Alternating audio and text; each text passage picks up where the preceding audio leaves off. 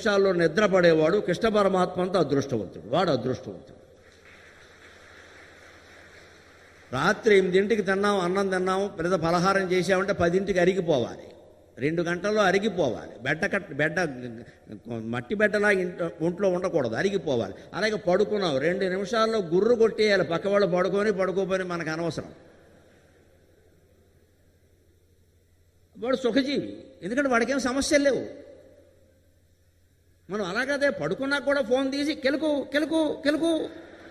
ఏం కలుగుతావు? ఎవడో ఏదో పంపాడు, ఏం పంపుతాడమ్మా 10ంటికి? వాడికి బుద్ధి లేదా, నీకు సిగ్గు లేదా? పంపడం ఏంటి? కట్టిపారేయాలి ఆ ఫోను. పంపని అన్నాడు, దేనికి స్పందించొద్దు. ఏమనుకుంటారేమో అనుకుంటే ఏమైంది? మన ఆరోగ్యం ముఖ్యమా, వాడు పంపింది స్పందన ముఖ్యమా? ఇక్కడ దానికి ఓ బొమ్మ పంపి థ్యాంక్స్ పంపి ఎందుకు దరిద్రం? ఏం పంపం. ప్రతివాడికి పుట్టినరోజు శుభాకాంక్షలు చెప్పి మనకేం అవసరమా ఇవన్నీ? వాడు శ్రీకృష్ణుడా, శ్రీరాముడా, మహాత్మా గాంధీయా, అంబేద్కరా? ఎందుకు చెప్పాలండి పుట్టినరోజుకి? ఏం చేశారు దేశానికి? మన ఫ్రెండ్ అయితే పుట్టినరోజుకి చెప్పాలా? లేకపోతే వాడు ఫోన్ చేసి మళ్ళీ పొద్దునే ఏం చెప్పవే అడిగి చెప్పించుకునేవాడు ఫ్రెండా? వాడికో అహంకారం, మనకో అహంకారం. నీ పుట్టినరోజు ఏమైనా భారతదేశానికి ఏమైనా సేవ చేసావా? నీకు ఎందుకు చెప్పాలి నేను? ఈ తెగింపు ఉండాలి. ఇది మానవ సంబంధాలు తెగొట్టుకోవడం కాదండి, సక్రమంగా నిర్వహించడం. ఎవరికి చెప్పమండి అవసరమైతే తప్ప. దానికో పెద్ద ఫీల్ అయిపోవడం ప్రతిదానికి. ఇక్కడ నా పుట్టినరోజు ఎవరూ చెప్పకపోతే ఏమైంది? నీకు నువ్వే చెప్పుకో. పుట్టినరోజు సార్థకత తెలిస్తే ఒకటి చెప్పేది ఏమిటండి, మనమే చెప్పుకుంటాం అక్కడ. అదే ఫలేషు కదాచన, ఫలితం ఆశించకు. జీతం వస్తుందండి, ఇవరా జీతం ఎగ్గొట్టేస్తారండి. జీతం ఎలాగో వస్తుంది, కానీ మనం దానికంటే ఇంకా ఎక్కువేదో ఆశిస్తూ ఉంటాం ఇక్కడ. అది రాకపోయేసరికి నిరాశపడతాం. 10 ఏళ్ళు కంపెనీలో పనిచేసాను, ఏం వచ్చింది? ఏం రావక్కల, కడుపు నొప్పి రాలేదు, సంతోషించు. ఆరోగ్యం బాగుంది, సంతోషించు. ఏమిటి రావాలి?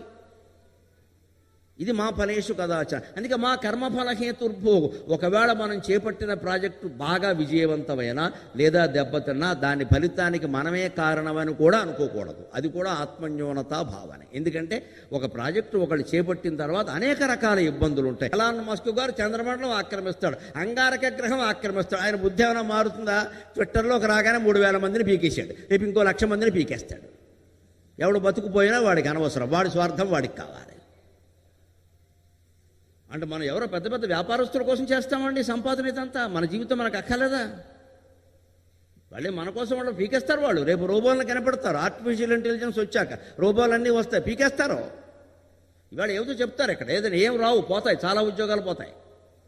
దానికి సిద్ధంగా ఉండాలంటే సాధారణంగా సింపుల్గా బతకడం. 2 ఎకరాల పొలం పల్లెటూళ్ళలో ఉంటే ఆ 2 ఎకరాల్లోనే ఓ పాకో గుడిసో వేసుకుని ఇక్కడ దంపతులు ఇద్దరూ ఆనందంగా అక్కడికి వెళ్ళి గోంగూర తోటకూర పండించుకుని అందులోనే 2 బస్తాల బియ్యం పండించుకుని ఆ అన్నము పచ్చడి ఆనందంగా తిని ఇద్దరూ ఆనందంగా ఉండడం నేర్చుకోవాలి. అప్పుడే పల్లెటూళ్ళు బాగు. వాడు ఎవరిని పీకేనేయండి, ఎవరిని తీసేయనేయండి, మనకు అనవసరం. అది 2 ఎకరాల పొలం ఉంటే చాలు. ఆ 2 ఎకరాల్లో 1/4 ఎకరం పొలంలో ఓ 25 సెంటు తీసుకుని మనం ఓ గుడిసో పాకో మేడో మిద్దో మన ఓపికను బట్టి వేసుకుంటాం. భార్యాభర్త ఇద్దరు అనురాగ బంధంతో ఒకటిగా ఉన్న తర్వాత ఏం తింటే ఏమిటండి, ఏముంటే ఏమిటి, ఎవరికి కావాలమ్మా? అనురాగం ముఖ్యం, అనుబంధం ముఖ్యం. ఇవాళ మీరు హైదరాబాద్ వచ్చారు, ఇంకా అమెరికా వెడుతున్నారు, ఢిల్లీ వెడుతున్నారు, బొంబాయి వెడుతున్నారు, బెంగళూరు వెడుతున్నారు. మహత్తరమైన భవనాల్లో ఉంటున్నారు. కొనుక్కునేవాడు 3 కోట్లు పెట్టి విల్లా కొనుక్కుంటున్నారు. బెంగళూరులో అద్దెకుండేవాడు డబుల్ బెడ్రూమ్కి 50,000 ఇస్తున్నారు. సుఖంగా ఉన్నారా? సుఖంగా ఉన్నామని చెప్పగలమా? భార్యాభర్త ఇద్దరూ సుఖంగా లేరు. ఎందుకని? వచ్చిన జీతంలో సగం ఈఎంఐకే పోయింది. మన జీతమేమో 1,50,000 మనం 2 కోట్లు పెట్టి విల్లా కొన్నాం. విల్లా అంటే విలవెల్లి ఆడిపోతారు. ఇంకా 2 కోట్లు పెట్టుకున్నావు, ఎంతైంది ఈఎంఐ? సుమారుగా 1,00,00,000. 2 కోట్లకి నువ్వు 2 లక్షలు ఈఎంఐ కట్టాక ఏమవుతుంది? ఈఎంఐ అంటే ఎవ్రీ మంత్ ఎవడు మాసికం వాడే పెట్టుకోడు. అంతకంటే పోయిన వాడు నయం, వాడి మాసికాన్ని వాడు కొడుకు పెడతాడు, మన మాసికం మనమే పెట్టుకోవాలి. ఇక్కడ ఏం కర్మండి? ఈఎంఐ అంటే ఈక్వల్ మంత్లీ ఇన్స్టాల్మెంట్ కాదండి, ఈక్వల్ టు మంత్లీ ఇన్కమ్. నీకు ఎంత వస్తే అంత వాడు లాగేసుకుంటాడు. ప్రతి వస్తువు ఈఎంఐ. అసలు ఇన్ని వస్తువులు ఎందుకు నీకు? పెద్ద sofa set, America sofa set, వీడు పెళ్ళాం కూర్చోరు, ఎవడో వచ్చి కూర్చుంటాడు అక్కడ. మీ ఇద్దరు కూర్చున్నారా? మీ ఇద్దరు ఎప్పుడైనా కాఫీ తాగారా? మీరు ఆనందంగా లేదండి, మా ఇంట్లో పెద్ద సోఫా సెట్, దేనికమ్మా పని లేక, దాని కింద అంతా పూజే. మరి ఇంతెందుకు? అంతకంటే మామూలుగా నీలకమ్మల కుర్చీ ఓటు ఉంటే సుఖంగా కూర్చోవచ్చు, పీకి బారేచ్చి పక్కకి ఊడ్చుకోవచ్చు. అది 1000 రూపాయలు 1500 పెడితే దొరుకుతుంది.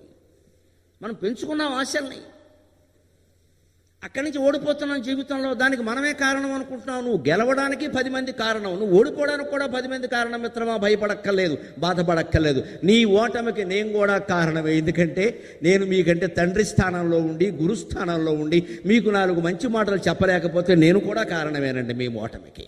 నా ఓటమి నేను అంగీకరిస్తున్నా. నేను చెప్పగలిగిన వాడు చెప్పాలి. దేశంలో గురువులైన వాళ్ళు, తండ్రులైన వాళ్ళు, పెద్దలైన వాళ్ళు యువతరానికి చెప్పాలి. చెప్పకపోవడం కూడా వాళ్ళ తప్పే. వినట్లేదు అనొద్దు, వినే విధంగా చెప్పాలి. మేము 15 ఏళ్ల క్రితం ప్రవచనం 30 ఏళ్ల బట్టి చెబుతూనే ఉన్నాం. 15 ఏళ్ల క్రితం మా మాటలు ఎవడూ వినలా. కానీ ఇవాళ నేను ఏ ఊరు వెళ్ళినా నా వెనకాల పరుగులెత్తుకుంటూ ఫోటోలకు వస్తున్నదంతా 20 to 40. నాకే ఆశ్చర్యంగా ఉంది. వీళ్ళంతా ఫోటోల కోసం, మాకు మీరు కావాలి, మీకు దండం పెడతాం. ఇవాళ ఎందుకు యువతరాన్ని ఆకట్టుకోగలుగుతున్నాం? మన కృషి మనం చేస్తున్నాం. వెనకాల సరస్వతీదేవి ఉందమ్మా, నాకేం అనుమానం లేదు అందులో. నాకు భక్తి ఉంది, దైవభక్తి అపారం. భగవంతుడు కృష్ణుడు భాగవతంలో చెబుతాడు, నా గురించి ఎవడైనా 10 మందిలో చెబితే నేను వాడి గురించి దేవలోకంలో చెబుతానంటాడు. నేను భగవంతుడి గురించి నిస్సంకోచంగా, నిర్భయంగా మాట్లాడుతున్నా. నాకు కావలసిన పబ్లిసిటీ శ్రీకృష్ణ పరమాత్మ ఇచ్చుకుంటాడు, నాకు సంబంధం లేదు ఆ విషయం, ఆయన చూసుకుంటాడు. అలా భగవంతుడి మీద భారం వేసి మన పని మనం చేయాలి. అదే భగవద్గీత. భారం ఆయనది, పని మనది. అలాగని మాతే సంగోస్త్వక అకర్మణి, ఇప్పుడు పని మానేయద్దు, పని చేస్తూనే ఉండాలి. ఎలా పని చేయాలో ఉదాహరణకి జనక మహారాజును ఉదాహరణగా చెబుతాడు భగవద్గీత కర్మయోగంలో. జనక మహారాజు ఎవరండి? సీత తండ్రి. ఆయన